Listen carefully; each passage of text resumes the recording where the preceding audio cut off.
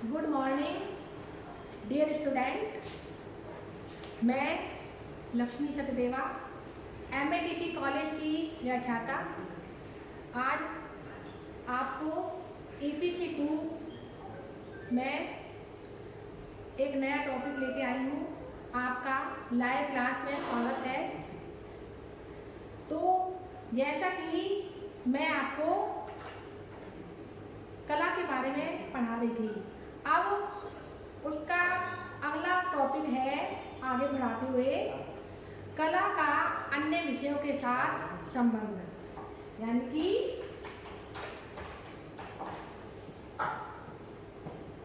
Correlation.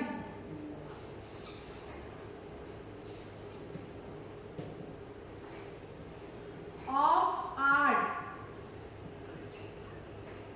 with other subject।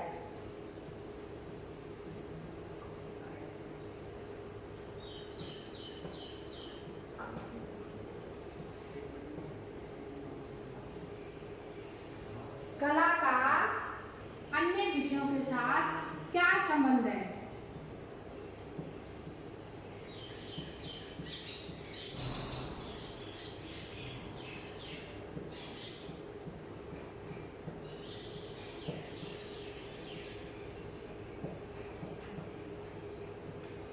सह संबंध।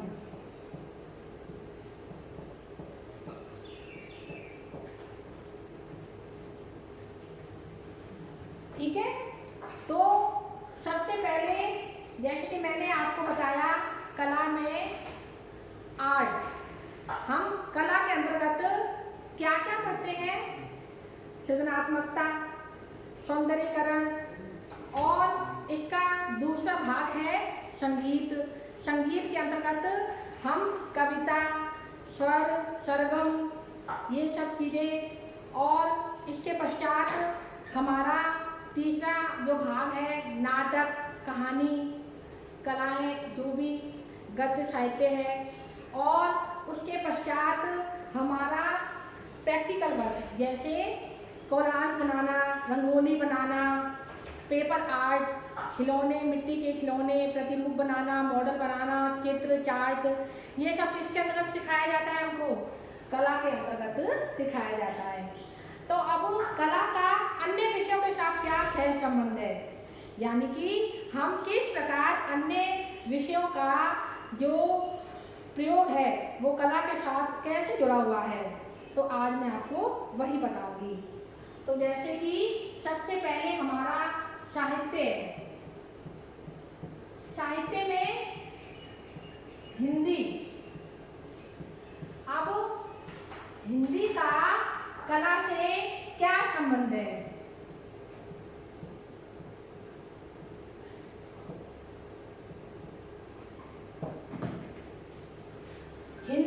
हिंदी के अंतर्गत हम बच्चों को सबसे प्राथमिक स्तर लें तो प्राथमिक स्तर पर बच्चों को क्या सिखाई जाती है? वर्णमाला। वर्णमाला, फिर उससे शब्द,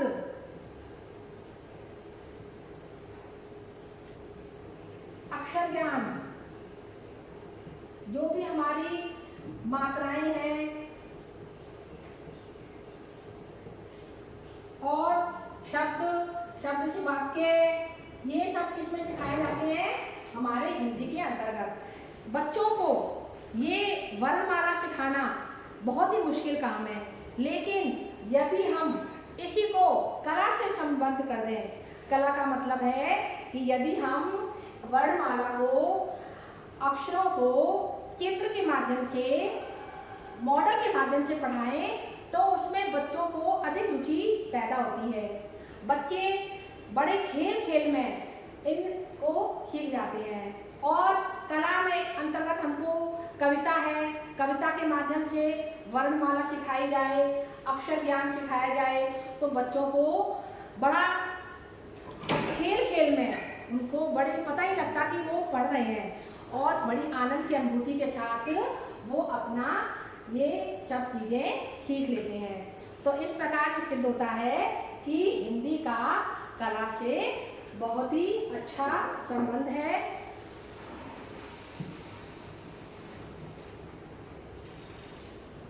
अब इसी प्रकार गणित ले लो। गणित से क्या संबंध है? गणित से कला का सह संबंध। तो गणित में हम क्या सिखाते हैं बच्चों को? गणित के अंतर्गत हम बच्चों को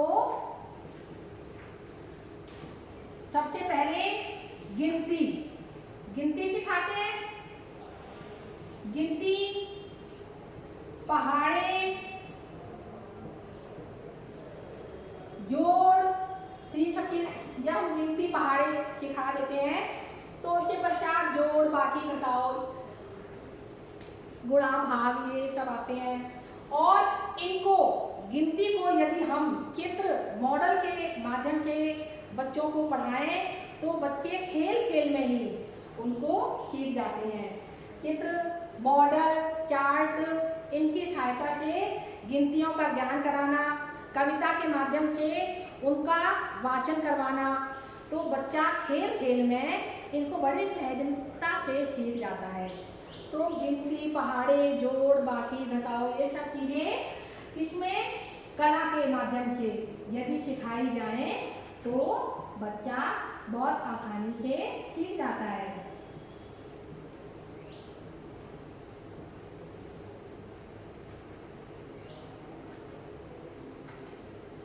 तो समझ में आया गणित का कला से क्या संबंध है? गणित का कला से ही संबंध है कि जो भी चित्र मॉडल की सहायता से, कविता के माध्यम से हम बच्चों को सिखाते हैं वो उससे आसानी से सीख जाता है। इसी प्रकार अगला है विज्ञान। अब विज्ञान से क्या संबंध है? विज्ञान प्लस कला, है ना? तो विज्ञान से इसका क्या संबंध है? जैसे कि तुम्हें पता है विज्ञान कैसा सब्जेक्ट है? विज्ञान प्रयोगों पर आधारित है और वह ज्ञान जो सत्यता की कसौटी पर खरा उतरे वही विज्ञान है। विज्ञान प्रामाणिकता को मानता है और प्रमाणित बातें कब होती हैं?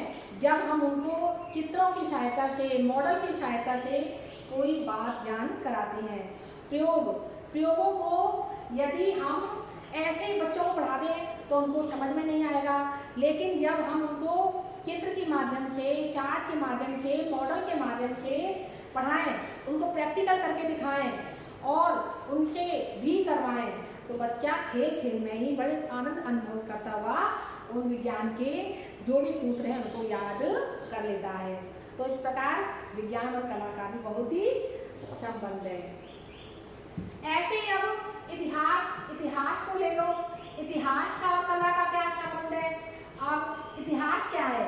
इतिहास जो है, जो बातें घटना बीत जाती है उसे हम इतिहास कहते हैं। और हमारा इतिहास में अनेक बातें जो भी घटना घट जाती हैं वो इतिहास में आती हैं। और इसका कला से क्या संबंध है?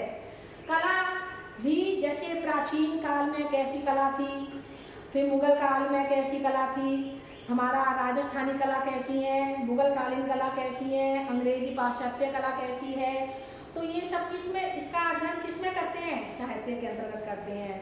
और भी जो हमारी राजनीतिक तत्व हैं, जो भी हमारे मुगल सम्राट, हमारा अंग्रेजों का शासन, ये सब किसके अंतर्गत आता है? इतिहास के अंतर्गत आता है। और इन्हीं को यदि हम किसके सहायता से पढ़ाएं? चित्र, मॉडल की सहायता से पढ़ाएं तो बड़ा आसान हो जाता है। इस प्रकार इतिहास का भी कला से बहुत अधिक अच्छा संबंध है। इसी प्रकार और भी अन्य सब्जेक्ट है, जैसे भूगोल है। भूगोल का क्या संबंध है? अब वही बात है कि भूगोल के अंतर्गत हम क्या अध्ययन करते हैं? भूगोल में हम नक्शों के द्वारा विभिन्न प्रकार के भूगोल में हमारे नदी, नाले, तालाब, कितने नलकूप हैं, कहाँ की वातावरण कैसा है, तो ये सब चीज़ें हम किससे करते हैं? मानचित्र के माध्यम से। और जो मानचित्र है वो भी किसमें सिखाया जाता है, वो किसका भाग है, मानचित्र बनाना कला का ही भाग है। इस प्रकार और चित्र के माध्यम से, चार्ट के माध्यम से, मॉडल के माध्यम से हम भूगोल का अध्ययन बहुत अच्छी तरह से करा सकते हैं और मानचित्रों के माध्यम से हम अपने प्राकृतिक दृश्यों को, कहाँ पर नदी, पर्वत, पहाड़, नाले कैसे हैं, कितने हैं, जनसंख्या कितनी है, इन सब का अध्ययन मानचित्र से कराते हैं और मानचित्र जो है कला के अंतर्गत सिखाया जाता है। इस प्रकार भूगोल और कला का बहुत अधिक संबंध है। तो इस प्रकार मैंने आपको ये समझाया कि भूगोल हमारे कला का अन्य सब्जेक्ट से क्या संबंध है। आपको यदि मेरा वीडियो अच्छा लगा हो तो प्लीज़ सब्सक्राइब कीजिए और लाइक कीजिए। धन्यवाद।